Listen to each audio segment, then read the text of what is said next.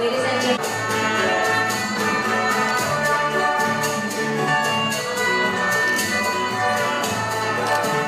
You introduce me. I never met him before.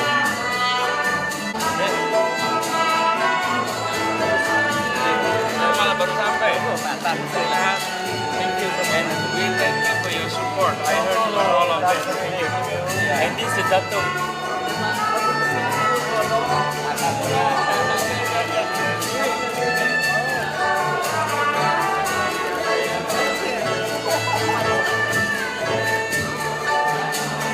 Datuk Peng Peng.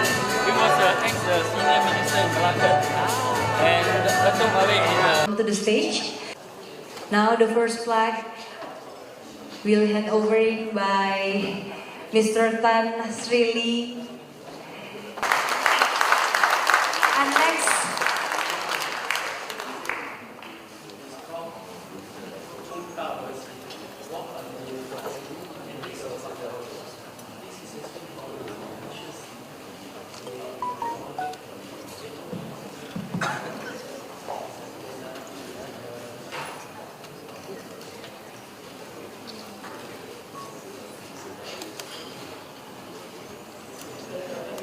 okay, next. Once again, ladies and gentlemen, please give an applause.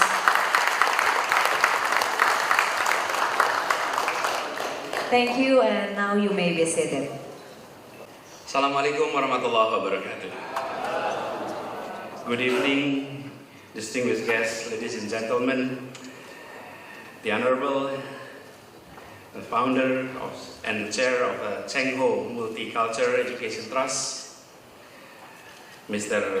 Tan Sri Lee Kim Yu, the Honorable Special Envoy of the President of the Republic of Indonesia for Interfaith and Intercivilization Dialogue and Cooperations, Professor Dr. Muhammad Din Samsudin, the Honorable and all participants of the 7th World Peace Forum from 43 countries, and the officials of the Jakarta government.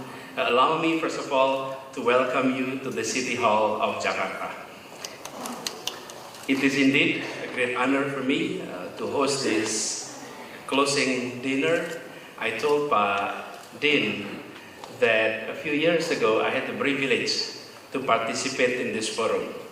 A few years back when I was still University President. And in fact, I'm so happy to meet a few friends who are here, Pak Bob, Pak Mike, Pak Nakamura, Pak Nakamura was there. And it's great that now we're able to meet again. But when Pak Din called me a few days ago, last week, about this event, when Pak Din called and asked that simple questions, Mas Anies, can you host a dinner, a farewell dinner for the dialogue? For me, that was not a question. That was an instruction. Because I look at Pak Din as my senior, as my mentor. I was still a university student when he was the leader of Pemuda Muhammadiyah back then. And I was the chairman of Student Senate in Gajah Mada University. And then he was still the chairman of Pemuda Muhammadiyah back then. So we knew each other more than 25 years by now. Time has gone quite fast. And now we're so happy that the meeting is taking place again in Jakarta. And I had the privilege to host this closing dinner. Dear friends, participants of this important conference, when we had that conversations, Pak Din invited me to share some thought as a closing for this conference. I wish I had the time, opportunity to actually participate during this conference. But unfortunately, the conference took place just about the Asian Games. And we're the host of Asian Games. And you know, you can imagine how packed that is. But I think God has worked in a mysterious way. It has arranged somehow that 16th evening is packed. There is no program on the 16th evening.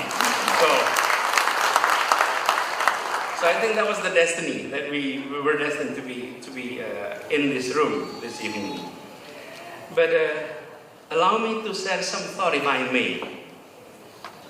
I find the theme of this very conference is quite intriguing, along with the broad visions of one humanity, one destiny, and one responsibility. The topics of this event, which is the middle path of the world civilizations, that Tan Sri Lee mentioned also earlier, is indeed an important topic. But allow me to also share some thought on this. Let me begin by sharing a finding that was made about 2 years ago. Legal Group, 2 years ago, pronounced that they have picked up and recorded the sound of two colliding black holes. This was in 2015, 2016. This important discovery is the very first direct evidence of the gravitational waves that emerge as ripple in the fabric of space and time, as it has been predicted about a century ago by Albert Einstein, and thus it sort of strengthened his standing as a genius of his era. Albert Einstein predicted this exactly 100 years ago, 1915. This proof was found in 2015. The colliding sound was recorded from two black holes that were 1.3 billion light years from Earth. Let's ponder this number for a moment. 1.3 billion light years. Can we comprehend that? It is the greatest scientific discovery of the year, and it has also reminded us about our place in the realm of space and time. Our Earth is nothing but a mere dot. It's a grain of sand in the vastness of an infinite desert. Homo sapiens, the modern human, is simply a newcomer in that one piece of sand. If Earth is 24 hours old, then we, the human, were here only less than 1 minute. That's how small we are in the realm of time and space. And yet, during our brief presence in this earth, we are one note here, we are the only known species that have attained realizations of their own positions within the universe. And those, on the other hand, this shows how significant human presence in this universe. For such a young species, we have brought major changes to our Earth. And our presence, this is a question, is it been a beneficent to others, or in contrary, it's been disastrous to other species? And not only to other species, we have often been a disturbance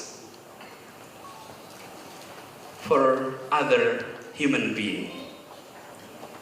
And it is true, our standard of living have improved significantly. We know that life expectancy is longer today. Various deadly diseases were eradicated. Wealth discrepancy between nations have narrowed down, but wealth discrepancy within nations has widened. But we are increasingly seeing that conflicts between humans, be it sectarian conflicts, be it political conflicts and others, were rampant. And we need to do something about it. And therefore, allow me, in this opportunity, in the capital city of Indonesia, the place in which we are gathering today, this evening, is the center in which the idea of unity was founded. Indonesia is a nation of more than 700 spoken languages, of more than 400 ethnic groups. In this city, and it's about 2 kilometers away from where we are today, that was the first gathering in 1928 that had decided that we are going to form one nation, and we agreed upon 3 things: one country, one motherland, and one language. We'll talk about it later on. And also, about 500 meters from where we're gathering, that was where the Constitution was drafted. And next door, which is the Embassy of the United States today, was the place where we drafted our first international negotiations. This is the center.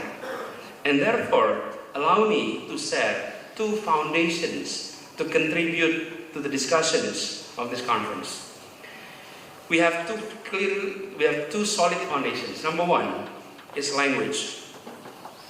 Indonesians have decided to adopt one common language. It may look simple today, but imagine in a country of 700 spoken languages, agreed to speak one common language, and the common language that was decided was not the language of the majority. It was the language of the minority, adopted as the uniting language of everyone in this archipelago. That was a courageous breakthrough. I cannot imagine how would a representative from the Javanese ethnic coming into this conference and agreed to adopt a language of not theirs, in which in terms of number they're the highest, and agreed to adopt the language of Melayu at that time.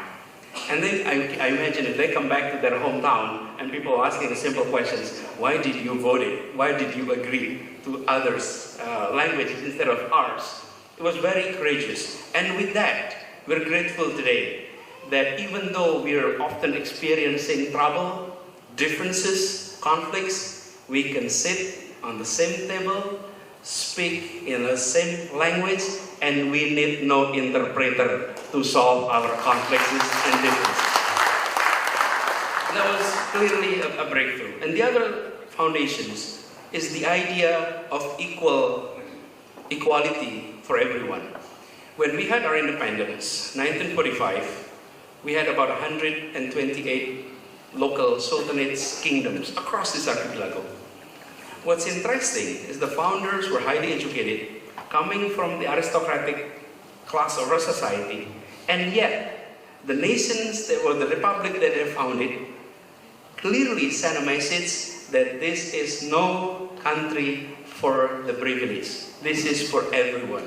Everyone could become anyone.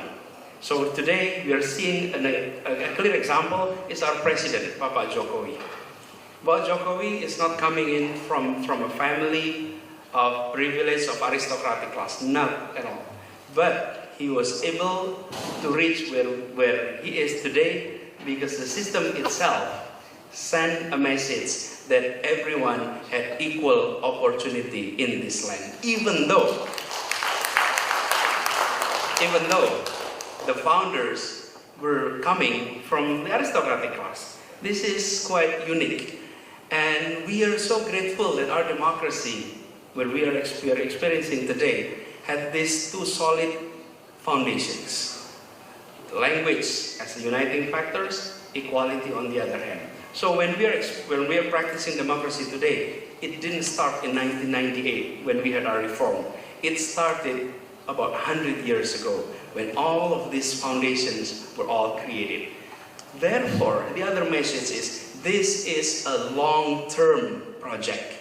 This is a long-term endeavor.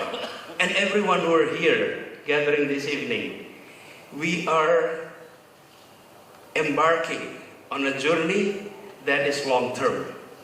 Your engagement in this very effort is no short-term engagement.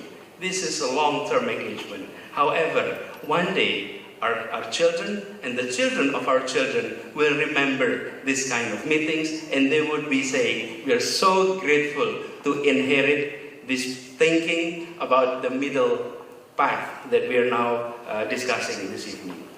So allow me to also set the other aspect that is perhaps important for our discussions. Indonesia was also created from ideas.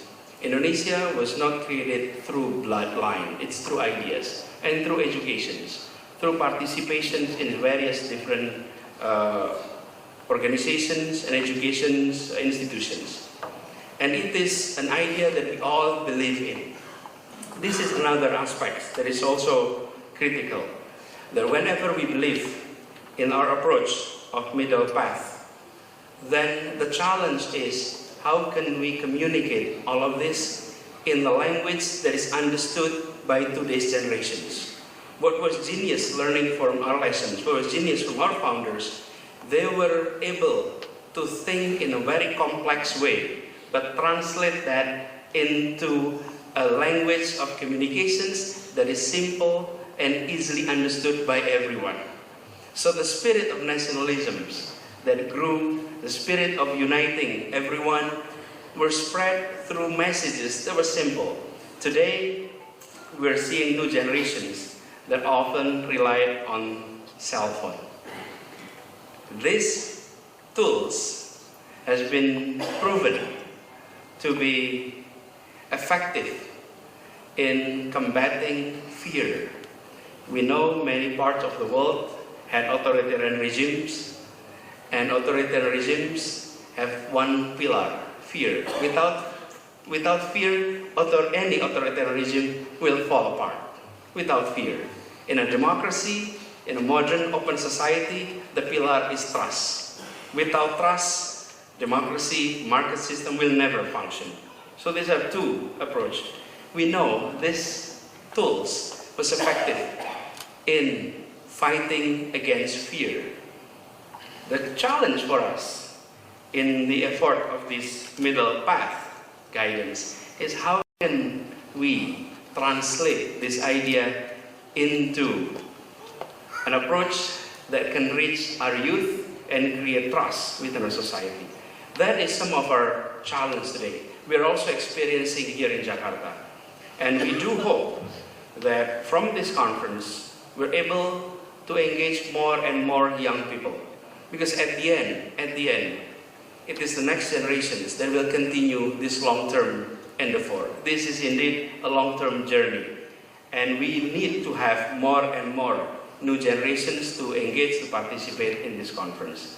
Again, allow me at the end to express my appreciations for coming to Jakarta, for attending this conference. And even though this is the end, it is the end of your visit, I do hope you spend some time in the next few days to enjoy Jakarta, outside the indoor conference that you experienced the past few days.